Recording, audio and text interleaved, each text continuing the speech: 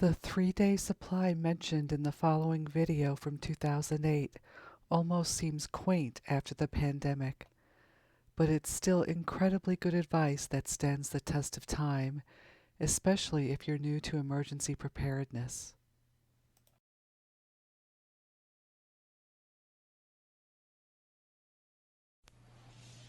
When it comes to food and beverages, most of us have an abundance of choices, just down the street at the local grocery store. But sometimes things go wrong due to snowstorms, power outages, and other natural and man-made disasters. It doesn't take a large catastrophic disaster for any one of us to find ourselves in a situation where we are stuck in our home, maybe for a period of days, without food and water available to us other than what we have there. If you were stranded at home, what would you want on hand? Tuna in packets. We have peanut butter.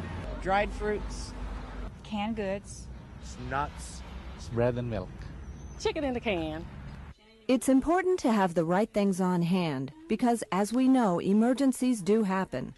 Experts stress that it is best to be prepared with at least 3 days of food and water. You don't need special foods that are around the house, those non-perishable things that you have every day. Canned soup, dried food items. Stockpile things you like and normally buy. Just buy a little more of them.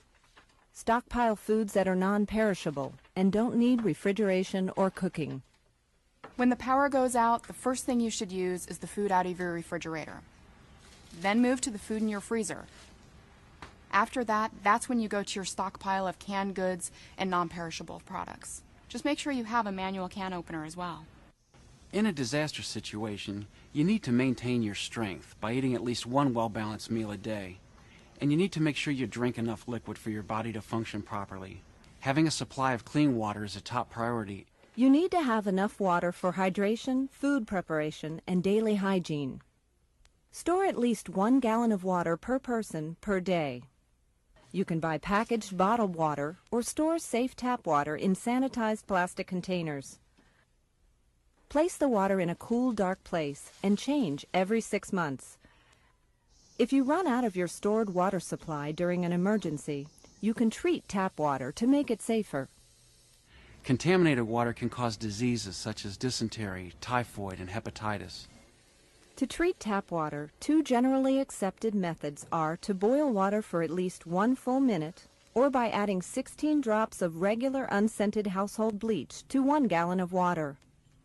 The things that people can do to prepare for emergencies are very simple, just require common sense, but are so important.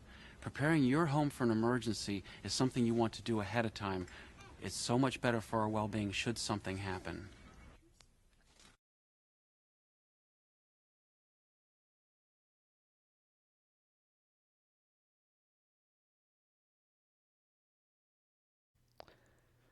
Remember, don't panic and don't give in to defeatist thinking like, why didn't I start sooner? You're here now, and that's what matters. Begin where you are.